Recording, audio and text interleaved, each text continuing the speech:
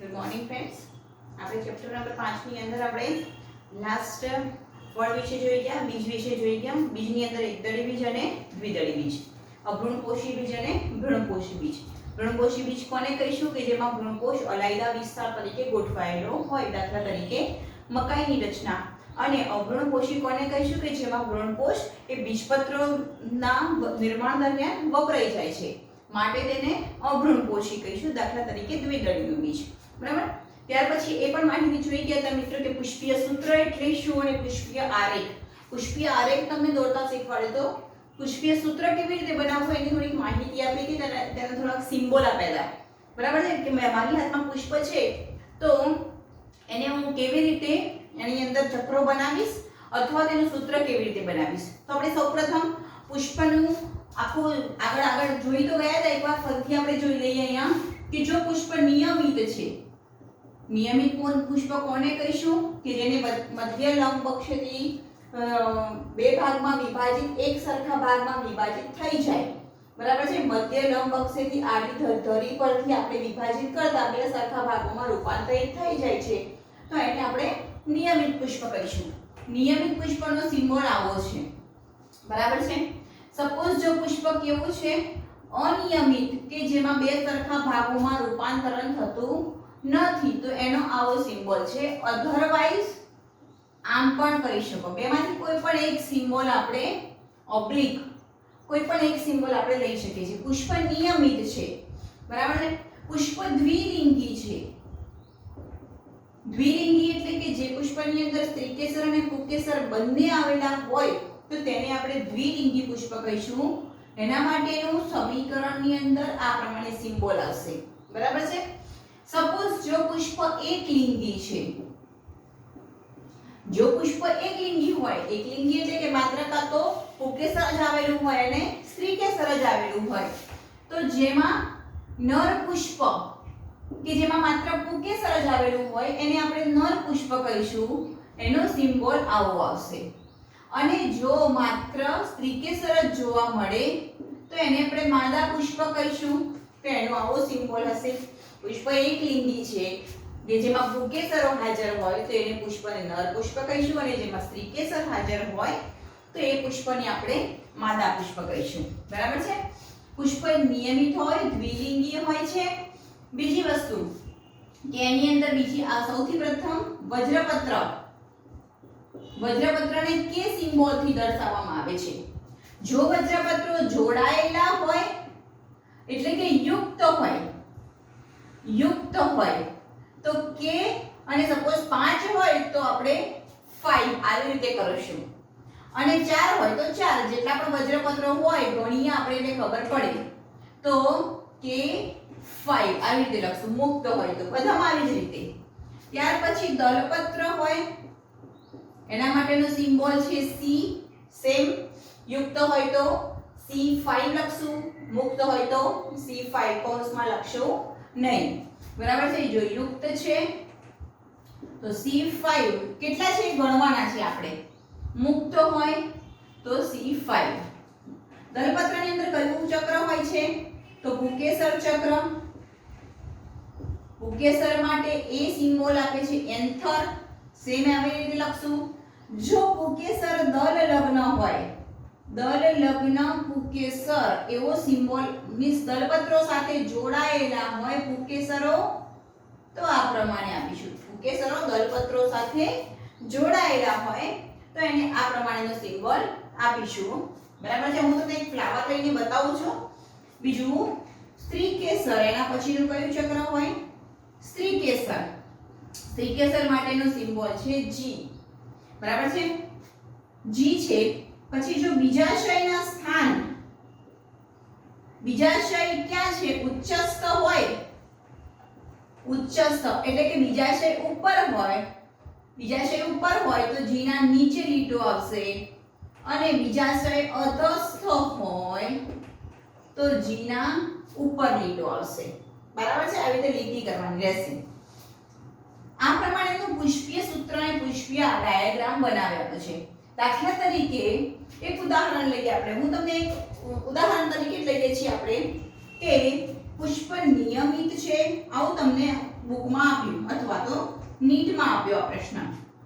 પુષ્પ નિયમિત છે, દ્વિલિંગી છે.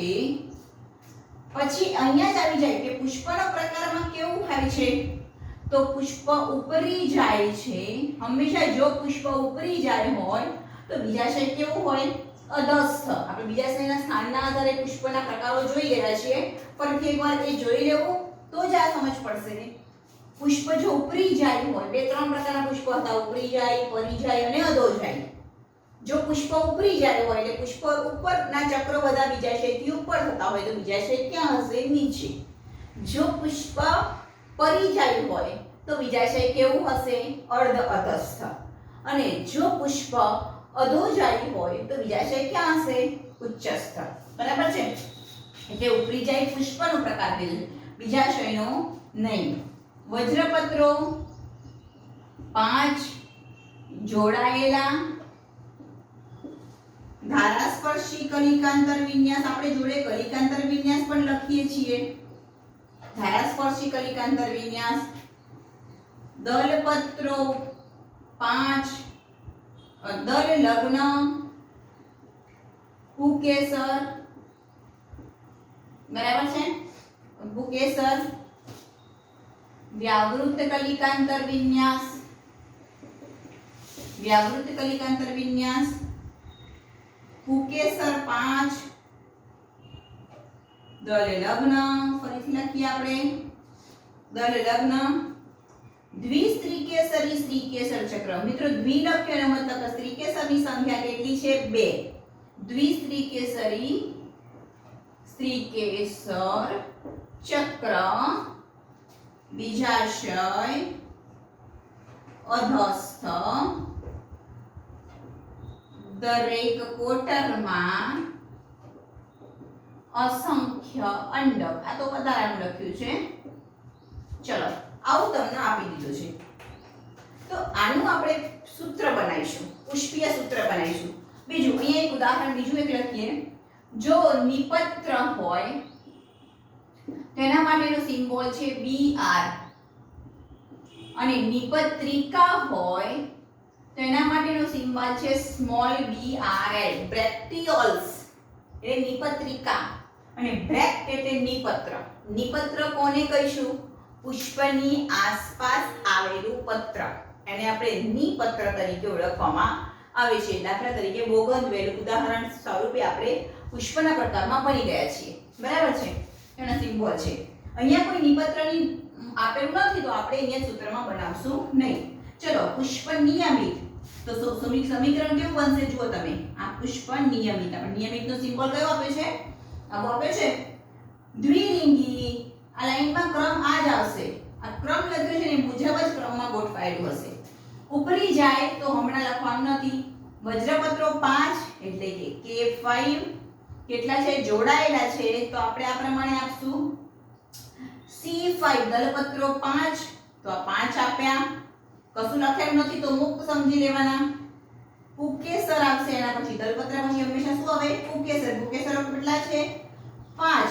પણ દલ લગ્ન છે એટલે આમ લગ્ન કરાવી દીધા આપણે, જોઈ લીધા. સ્ત્રીકેસર, દ્વિસ્ત્રીકેસરી સ્ત્રીકેસર એટલે G2. બરાબર છે? અહીંયા યુક્ત મુક્ત લખેલું નથી તો મુક્ત સમજવાના. બીજાશય કેવું છે? અધસ્થ. એનો મતલબ કે લીટી ક્યાં આવશે? ઉપર. બરાબર છે? તો આ પ્રમાણેનું સમીકરણ અહીંયા થશે. બરાબર છે? તમે એકવાર ચેક કરો, પછી આપણે આવા કેટલા પણ ઉદાહરણો હું તમને લખીને મોકલાઈશ. એટલા તમારે ઘરે હોમવર્કમાં કરવાના રહેશે. એકવાર આ લખી કાઢો, પછી નેક્સ્ટ આપણે હું તમને સમજૂતી આપું છું. આપણે જોઈ ગયા કેવી રીતે સમીકરણ બનશે. જો પુષ્પ નિયમિત હોય તો આવો સિમ્બોલ આપશું, દ્વિલિંગી હોય તો એને આવો સિમ્બોલ આપશું. વજ્રપત્રો 5 છે એની સાથે આપણે જોઈએ એક ફ્લાવર સાથે બતાવું તમને મિત્રો. તમે જોઈ શકો છો આ એક ફ્લાવર છે, 3-4 ફ્લાવર છે આપણી પાસે. આ એક ફ્લાવર, એની બહારનું પત્ર આ જે છે વજ્રપત્રો છે. બરાબર છે? આ જે છે વજ્રપત્રો છે. ગ્રીન કલરનું મોટાભાગે બહારનું પત્ર હોય તેને વજ્રપત્ર તરીકે ઓળખવામાં આવે. પછી આ જે દેખાય છે એને દલપત્રો કહીશું, બરાબર. એની અંદર તમે જુઓ તો પુકેસર આવશે. તમારા ઘરે ફ્લાવર હોય તો જોજો, અહીંયાથી લાઈન તો દેખાશે નજીકમાં, તો આ પુકેસર હોય અંદર અને એની અંદર શ્રીકેસર હોય. એ જે ગોઠવણી થઈ છે એ પ્રમાણે આપણે અહીંયા લખ્યું છે. ફ્લાવરમાં જેવી રીતે ગોઠવાયેલું હોય છે તે મુજબ. સપોઝ આ ચંપો છે તો એની આસપાસ વજ્રપત્રો કે દલપત્રો કાંઈ નથી, તો મિત્રો આપણે યાદ રાખીશું જેમાં વજ્રપત્ર કે દલપત્ર જુદા પાડી શકાતા નથી તેવા પુષ્પને આપણે, એમાં શું આવેલું હોય છે તો પરિદલપત્ર આવેલા હોય છે, જેને આપણે પી તરીકે ઓળખવામાં આવે છે. સિમ્બોલ કયું આપશું પરિદલપત્રને? પેરિયાંત કે વજ્રપત્રોને દલપત્રોને જુદા પાડી શકાતા નથી. આમાં કયું વજ્રપત્ર કયું દલપત્ર જુદું પડતું નથી, તો આને આપણે પેરિયાંત કહીશું. ક્રાઇનમની અંદર જોવા મળશે, બરાબર છે. પેરિયાંત અથવા તો પરિદલપત્ર એવા પુષ્પને આપણે પરિપુષ્પ કહીશું. પરિપુષ્પ તરીકે ઓળખવામાં આવે છે. ઓકે, તો આ પ્રમાણે પુષ્પીય સૂત્ર બનાવાય. ચલો આનો ને આનો મારે પુષ્પીય આરેખ બનાવવો છે. પુષ્પીય આરેખ કેવી રીતે બનશે? આપણે આગળના વિડિયોમાં જોઈ ગયા પુષ્પાકૃતિ અથવા તો પુષ્પીય આરેખ. મેં તમને આટલું આપી દીધું, એની પરથી પુષ્પીય સૂત્ર અને પુષ્પીય આરેખ બનાવવા 2 માર્ક્સની અંદર પ્રશ્ન પૂછાય. સૂત્ર આપણે આ બનાવ્યું, તો આરેખ બનાવવો છે તો કેવી રીતે બનશે? ચલો, પુષ્પ નિયમિત છે, અહીંયા આપણે દોરીએ છીએ, ધ્યાન રાખજો ખાલી. પુષ્પ કેવું છે તો નિયમિત છે, તો આપણે એની અંદર માતૃ અક્ષ દોરી કાઢવા આ પ્રમાણે. પછી શું આવશે? સૌથી બહારની બાજુ વજ્રપત્રો. વજ્રપત્રો 5 છે, યુક્ત છે અને ધારાસ્પર્શી છે. ધારાસ્પર્શી કોને કહીશું? જેની એક ધાર બીજા જે પરિપત્ર છે એને મળતી હોય. એક પુષ્પીય પત્ર બીજા પુષ્પીય પત્ર સાથે ધાર વડે જોડાયેલું હોય તો તેને આપણે ધારાસ્પર્શી કહીશું. જુઓ મિત્રો, 5 છે તો 5 એકબીજા સાથે જોડાયેલા છે, આ જોડાયેલા છે, તો એને આપણે ધારાસ્પર્શી કહીશું. ચલો, પછી શું કીધું? દલગ્ન પુકેસર અને દલપત્રો કેવા છે? વ્યાવૃત છે. તો વ્યાવૃત માટે કયું આવશે? એક બહાર એક અંદર. એક પુષ્પીય પત્ર બીજા પુષ્પીય પત્રનું આચ્છાદન કરે છે. એક પુષ્પીય પત્ર બીજા પુષ્પીય પત્રનું આચ્છાદન કરે છે. જો એક બહાર એક અંદર, બધા એકબીજાનું આચ્છાદે છે એટલે કે ઢાંકે છે, તો એને આપણે વ્યાવૃત કહીશું. જુઓ, એક બહાર એક અંદર. અહીંયા જોડાયેલા નથી, અહીંયા જોડાયેલા હતા, યુક્ત હતા તો આપણે જોડ્યા. આ મુક્ત છે તો જોડતા નથી. દલગ્ન પુકેસરો 5 છે, દલપત્ર સાથે જોડાયેલા છે, તો આ પ્રમાણે જો લીટી કરી. પુકેસરો 5 પણ દલપત્ર સાથે જોડાયેલા છે. ઓકે, સ્ત્રીકેસર વચ્ચે દોરશું દ્વિસ્ત્રીકેસરી સ્ત્રીકેસર ચક્ર. 2 સ્ત્રીકેસરો જોવા મળે છે. અંડકો ઘણા બધા છે, તો આ થઈ ગયું એનું પુષ્પીય આકૃતિ. બરાબર છે. તો આ પ્રમાણે પુષ્પસૂત્ર અને પુષ્પીય આકૃતિ દોરવા માટેની આ ક્રિયા છે. તો આ થઈ ગયો આપણો એક બેઝ કે પુષ્પીય સૂત્ર કોને કહીશું, પુષ્પીય આકૃતિ કોને કહીશું, કેવી રીતે બને પુષ્પનું. તમે જુદા જુદા પુષ્પો લેશો, ઘરે એનો કલિકાંતર વિન્યાસ જોશો તો પણ તમને જોઈને મજા આવશે. મિત્રો, અહીંયા તમને એક વસ્તુ બતાવું. અહીંયા બેક સાઈડ થી તમે જોશો, કદાચ ઝૂમ કરીને દેખાય તો આ પુષ્પ છે એની અંદર કયો કલિકાંતર વિન્યાસ છે? તો કલિકા અવસ્થામાં જો વ્યાવૃત છે, એક આ બહાર રહ્યું તો આ અંદર છે, એક બહાર એક અંદર, એક બહાર એક અંદર, એક બહાર એક અંદર, એકબીજાનું આચ્છાદન કરે છે, તો વ્યાવૃત કલિકાંતર વિન્યાસ. ચંપો તમે હોય તો જોજો, પાછળથી ક્લીન દેખાશે, વ્યાવૃત કલિકાંતર વિન્યાસ જોવા મળે છે. ઓકે, તો આ પ્રમાણે એની રચના પુષ્પીય સૂત્રની જોવા મળે છે. ફ્રેન્ડ્સ, હવે આવશે કુળ. મિત્રો, કુળ એ પ્રજાતિઓનો સમૂહ બધો ભેગો થાય એને આપણે કુળ કહીશું. અહીંયા આપણે 3 કુળ ભણવાના છે. એક ફેબેસી કુળ છે, એક સોલેનેસી કુળ છે અને એક લિલિએસી કુળ છે. બરાબર છે। અહીંયા તમને હું કુળ વિશે કહું તો કુળ એ વનસ્પતિ એક જ વનસ્પતિની લાક્ષણિકતા નથી, જુદી જુદી પ્રજાતિઓ ભેગી થઈને એક સમાન લક્ષણો ધરાવતી બનતી હોય તો એને એક કુળમાં મૂકવામાં આવે છે। તો ફેબેસી કુળની વાત કરીએ આપણે, હંમેશા કુળની પાછળ એસી લાગે, ACEAE એસી લાગે, બરાબર છે। એટલે ફેબેસી, સોલેનેસી, લિલિએસી, લેગ્યુમિનેસી, એસ્ટરેસી, બરાબર છે। તો એસી લાગતું જોવા મળે છે। પહેલા આ કુળને પેપિલિયોનોઇડી કહેતા હતા, જ્યારે એસી શબ્દનો નતો આવે ત્યારે નોઇડી ઈડી લાગતું હતું પાછળ, પણ સૌપ્રથમ પહેલાની સંશોધન કર્યું તો આ કુળને શું નામ આપ્યું હતું? પેપિલિયોનોઇડી। પેપિલિયોનોઇડી એ પાછું ઉપકુળ છે। કોનું ઉપકુળ છે? મુખ્ય કુળ કયું છે? લેગ્યુમિનોઝી। લેગ્યુમિનોઝી કુળનું ઉપકુળ એ ફેબેસી છે, યાદ રાખજો, બરાબર છે। હવે હંમેશા કુળ જ્યારે લેતા હોય ત્યારે એક વનસ્પતિને આખી લેવી પડે કે વનસ્પતિનું નિવાસ સ્થાન ક્યાં છે, પછી એ વનસ્પતિનું પ્રકાંડ કેવું છે, મૂળ કેવું છે, પર્ણો કેવા છે, પુષ્પ કેવું છે, ફળ કેવું છે, બીજ કેવું છે અને એની આર્થિક અગત્યતા। આવું લાઈનમાં લઈશું તો દાખલા તરીકે અહીંયા આપણે લીધું કે પહેલું શું આવશે? ફેબેસી કુળના વનસ્પતિના લક્ષણો, એટલે કે વનસ્પતિ ક્યાં નિવાસ પામે છે। મોટા ભાગે ફેબેસી કુળની વનસ્પતિઓ બધે જ નિવાસ સ્થાન પામતી જોવા મળે છે।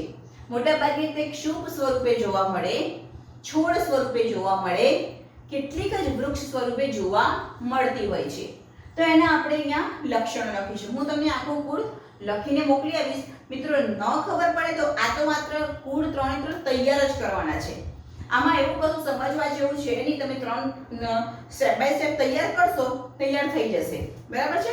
આપણે 3 માંથી કોઈ એક કુળ પૂછાશે એટલે આપણે કુળ 3 તૈયાર કરી નાખવાના છે। હું એક જ કુળ સમજાવીશ, 2 કુળ તમારે હોમવર્કમાં જાતે કરવાના રહેશે, બરાબર છે। હું એનું નોટ્સ તમને મોકલી આપીશ। પછી એનું પ્રકાંડ કેવું છે?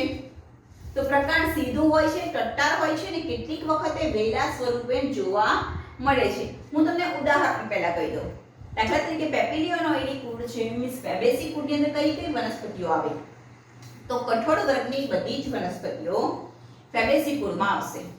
તુવેર, મગ, ચણા, બરાબર છે, જેટલી પણ કઠોળ વર્ગની વનસ્પતિઓ છે। પછી ઇન્ડિગોફેરા, ઘાસચારો, બરાબર છે, લ્યુપિન, બધી જ આની અંદર આવશે। પણ આપણને યાદ રહે એટલા માટે કહું કે કઠોળ વર્ગની બધી વનસ્પતિઓ ફેબેસી। એટલે તમે મગ તો કેટલાક પ્રકાંડ કેવા હોય છે? સીધા।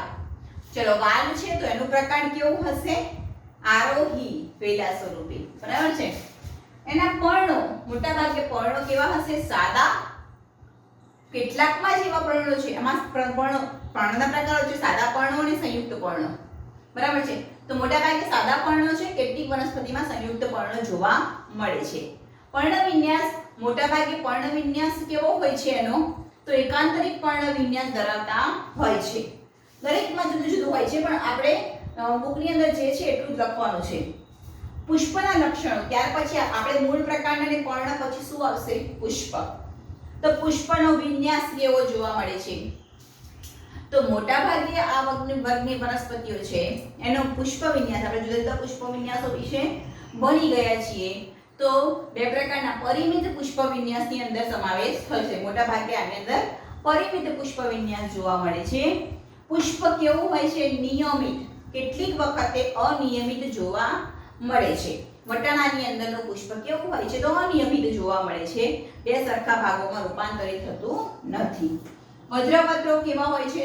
તો વજ્રપત્રો 5 છે, એકબીજા સાથે જોડાયેલા હોતા નથી, બરાબર છે। દલપત્રો એ કેવું હોય છે? તો પતંગિયાકાર દલપત્રો જોવા મળે છે। આપણે 5 પ્રકારો જોયા હતા, બરાબર છે। તો એમાં દલપત્રોનો એક પ્રકાર છે પતંગિયાકાર, જેમાં 5 દલપત્રો આવેલા હોય। સૌથી મોટું ધ્વજક, એનાથી 2 નાના, એને આપણે શું કહેતા હતા? યાદ કરો, એક નવતલ, નીચેનું નવતલ આકારનું જોવા મળે છે ને વચ્ચેનું પક્ષક। ધ્વજક, પક્ષક અને નીચેનું હોડી આકારનું નવતલ। તમે મિત્રો આગળનું બધું બરાબર ધ્યાન રાખ્યું હશે તો જ આ ખબર પડશે, અધરવાઇઝ આ લેક્ચર ફરીથી આગળના જોઈ લેવા તો તમને ધ્વજક શું છે, પક્ષક શું છે આપણને ખ્યાલ પડી જશે। પુકેસરો કેટલા છે? તો પુકેસરો સંખ્યાબંધ એટલે કે 9 + 1, 9 પુકેસરો એકબીજા સાથે જોડાયેલા છે, એક પુકેસર મુક્ત છે. એટલે 9 + 1 પુકેસરો આવેલા હોય છે.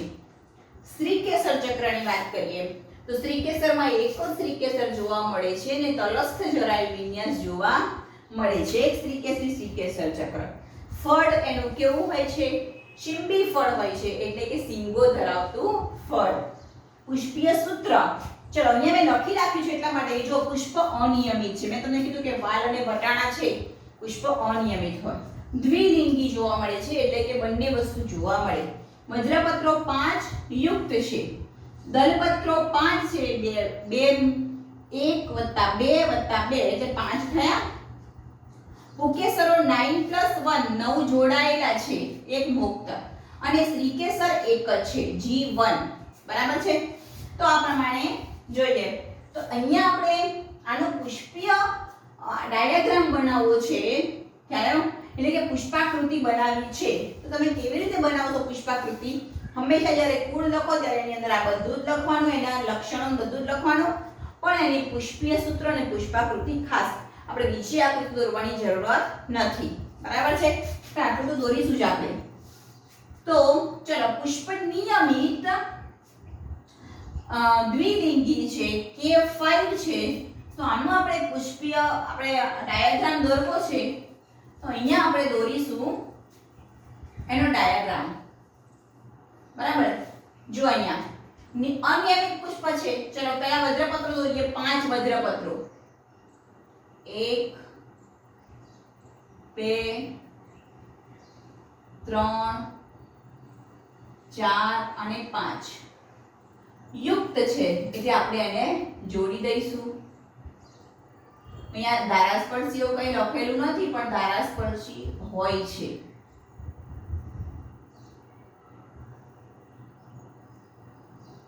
આ પ્રમાણે અનિયમિત એના માટેનો ઉપર સિમ્બોલ આપણે કયો કરીશું? આ પ્રમાણે.